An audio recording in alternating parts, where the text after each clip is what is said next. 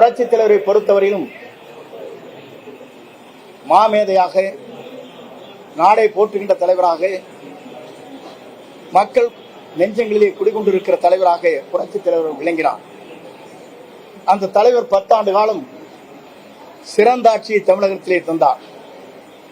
இந்தியாவை வியக்கத்தக்க அளவிற்கு ஏழை மக்களுடைய பசிப்பிணியை போக்கி, ஏழை குழந்தைகளுக்கு சத்துணவு வழங்கி, ஒரு முதலமைச்சர் இந்தியாவிலே சிறந்த முதலமைச்சர் என்ற பெயரை புரட்சி தலைவர் தமிழகத்திற்கு பெருமை சேர்த்தார். அப்படி பெருமை சேர்த்த முதலமைச்சர் அவர்கள் அவருடைய 10 ஆண்டு காலத்திற்கு பிறகு, புரட்சி தலைவர் மறைவுக்கு பிறகு புரட்சி தலைவர் அம்மா அவர் பொறுப்பேற்றார். பொறுப்பேற்கிற போது புரட்சி தலைவர் அம்மா அவர்கள், நாங்கள் எல்லோரும் அங்கே அவரிடத்திலே அணுகினோம்.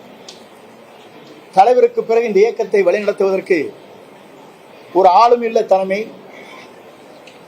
அதே நேரத்தில் பல் மொழிகளில் பேசக்கூடிய திறமை, மக்களிடத்தில் செல்வாக்கு மிக்க தலைமை, நீங்கள் வர வேண்டும், நீங்கள் தான் அதற்கு தலைமை ஏற்க வேண்டும் என்று நாங்கள் எல்லோரும் அவரிடத்திலே சென்று,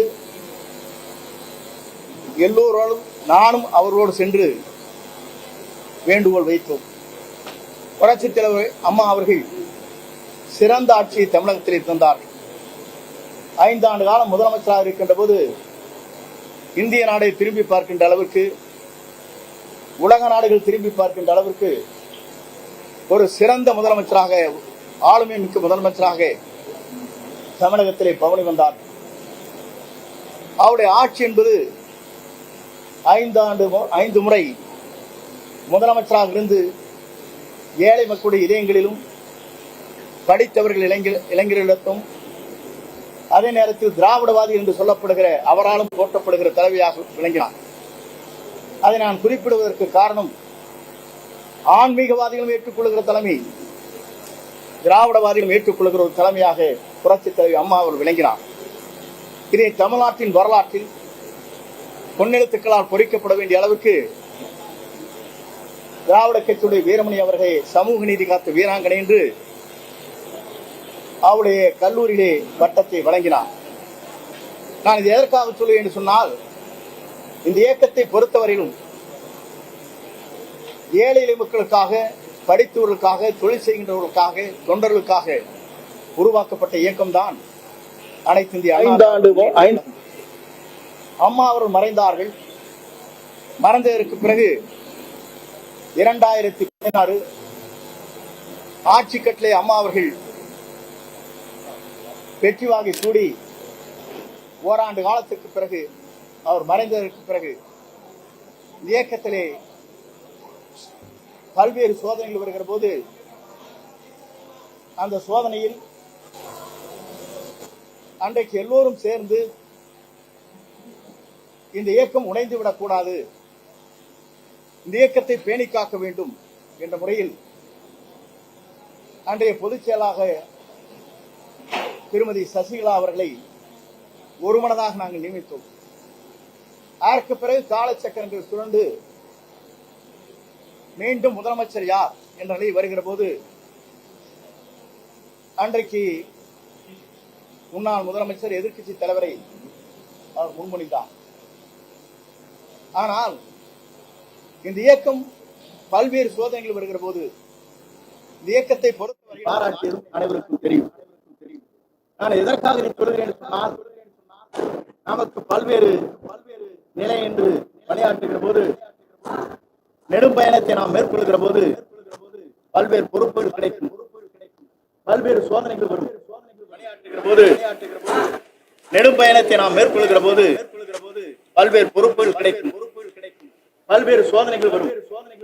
அந்த சோதனை அனைத்தும் இந்த இயக்கத்திற்காக அர்ப்பணித்துக் கொண்ட அந்த பணிகளை நான் ஆற்றியிருக்கிறேன். நான் இது எதற்காக சொல்லுவேன் சொன்னால், ஒரு தேசம் எப்படி இருக்க வேண்டும், தமிழகம் எப்படி இருக்க வேண்டும், தமிழ்நாட்டை வாழுகிற மக்கள் எப்படி செழிப்போடு வாழ வேண்டும், இயக்கத்தை நம்பியிருக்கிற கோடான கோடி தொண்டர்கள் மகிழ்ச்சியோடு வாழ்வதற்கு எந்த தியாகத்தையும் செய்வதற்கு நான் அன்றைக்கு தயாராக இருந்தேன். 2 வாய்ப்புகள் எனக்கு கிடைத்தது. அந்த வாய்ப்புகள் கிடைத்த போது கூட இந்த இயக்கம் உடைந்து விடக்கூடாது என்ற நோக்கத்தோடு தான்.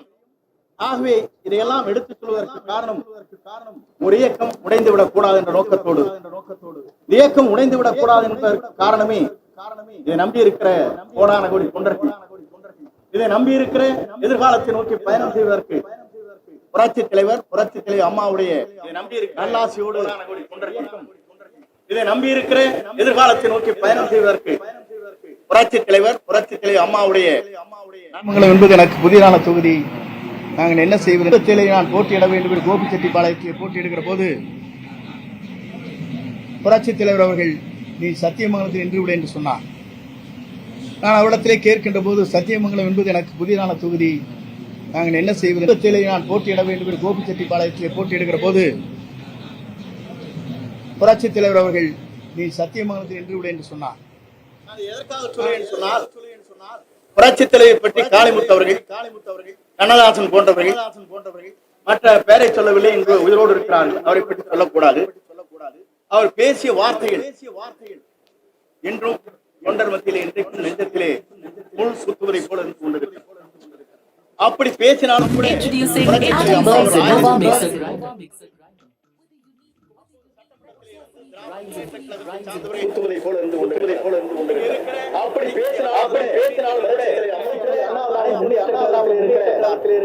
மூத்தவர்களை நீங்கள் மதிக்கப்பட சட்டமன்றத்தில் பேசினார். மூத்தவர்களை நீங்கள் மதிக்கப்பட சட்டமன்றத்தில் பேசினார். அப்போது புரட்சி தலைவர் சொன்னார், நீங்க எனக்கு அருகாமையில் எங்கே இருந்தார் எப்படி என்னை ஆனால் எல்லோரும் பாசத்தோடு பண்போடு முடிவு அங்கே இருக்கிற இருந்தாலும் அம்மா அவர்கள் அரசியல் அணுகுமுறை வைத்துக் கொண்டுதான் இந்த இயக்கத்தை இந்த பணிகளை அம்மா அவர்கள் போட்டியிட வேண்டும் என்று கோபிச்செட்டிப்பாளையத்தில் போட்டியிடுகிற போது